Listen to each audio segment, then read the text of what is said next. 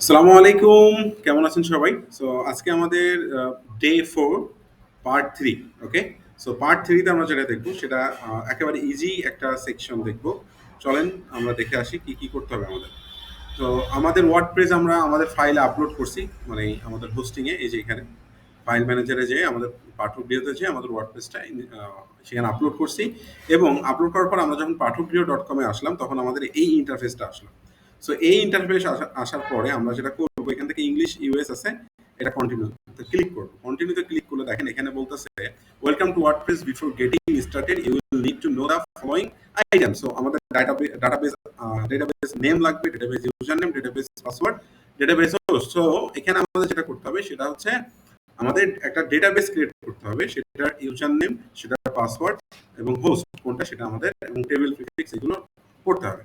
তো চলেন লেটস গোতে যাই। সো এইগুলো আমরা কোন জায়গা থেকে করবো, আমরা যাব আমাদের সি প্যানেলে যাওয়ার পর এখান থেকে দেখবেন আমাদের একটা সেকশন আছে, এখানে দেখেন মাইস্কুয়েল ডাটাবেস আছে। সো মাইস্কুয়েল ডাটাবেজের এখান থেকে আমরা সুন্দরভাবে নিউ ডাটাবেস আগে একটা ক্রিয়েট করতে হবে, যেমন পাঠকগৃহ। আমরা যেহেতু এর আগে একটা করছি, আমি পাঠকগৃহ ডাবল ও দিয়ে দিলাম, ডাবল ও, ওকে, ডাবল ও, ওকে। তো পাঠকগৃহ ক্রিয়েট ডাটাবেস। সো ক্রিয়েট ডাটাবেজে আমাদের পাঠকগৃহ এই যে ডেটাবেসটা আছে, এই ডেটাবেসটা অবশ্যই আমাদের কি করতে হবে, একটা জায়গায় সেভ করে রাখতে হবে।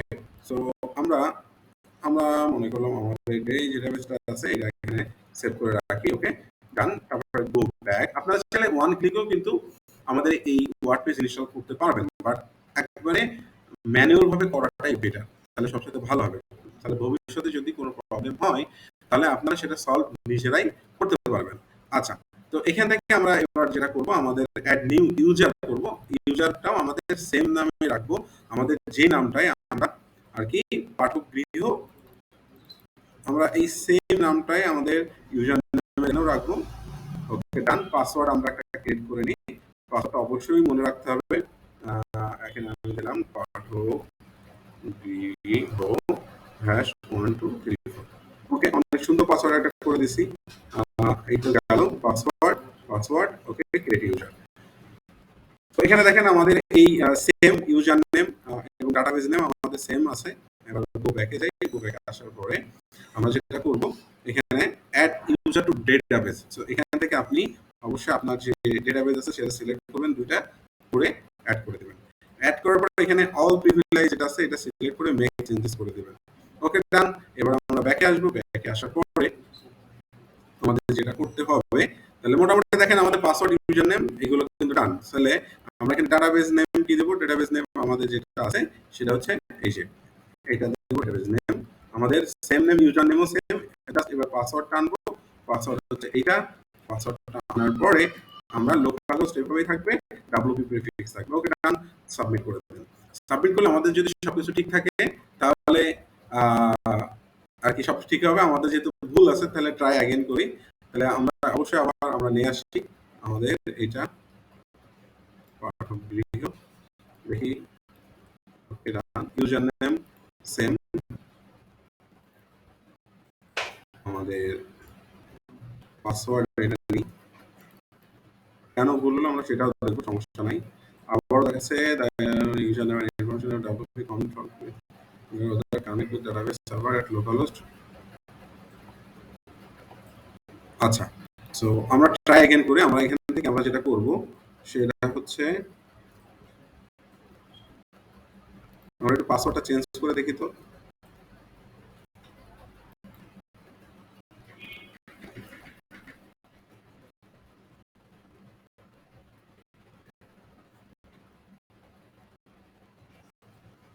আমরা এখান থেকে একটু পাসওয়ার্ডটা চেঞ্জ করে দেখি কি অবস্থা দাঁড়ায়। Change password.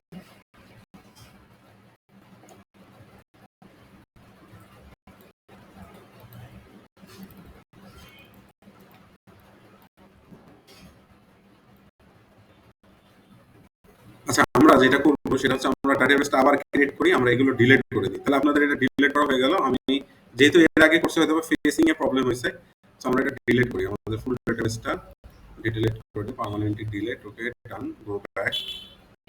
গো ব্যাকে আসলাম। Go back. আমাদের ইউজারটা আমাদের এখানে পাঠকগৃহ, এটা ডিলিট করে দিব। Go back.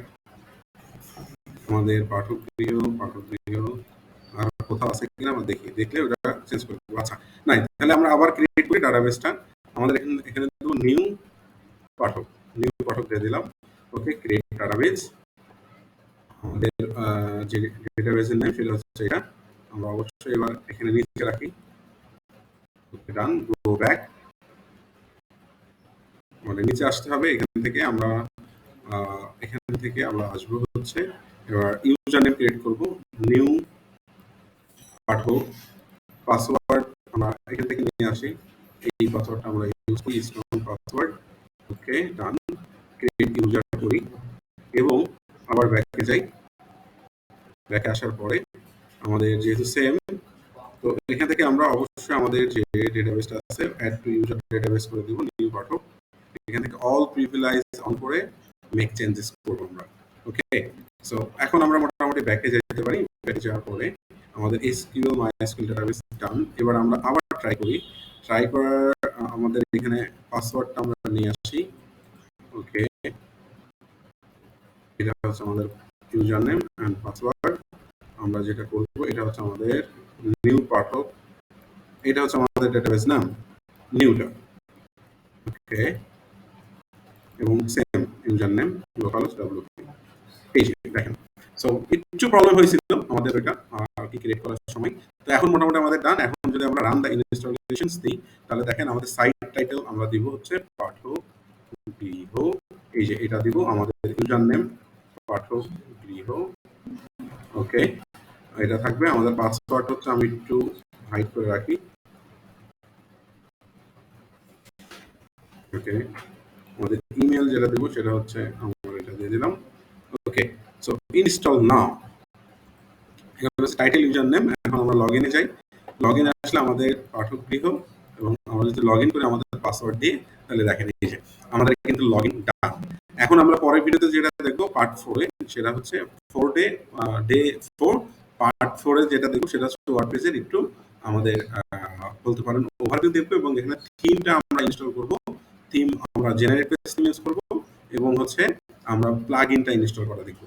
এই তো তারপরে সেকশনে যে আমরা দেখবো হচ্ছে আমাদের কিভাবে এলিমেন্টর ইনস্টল তো করব, ইনস্টল করার পর সেটাতে কিভাবে সিম্পল একটা ওয়ান পেজের একটা আমরা থিম, ওয়ান পেজের একটা ল্যান্ডিং পেজ তৈরি করতে পারি সেটা দেখবো।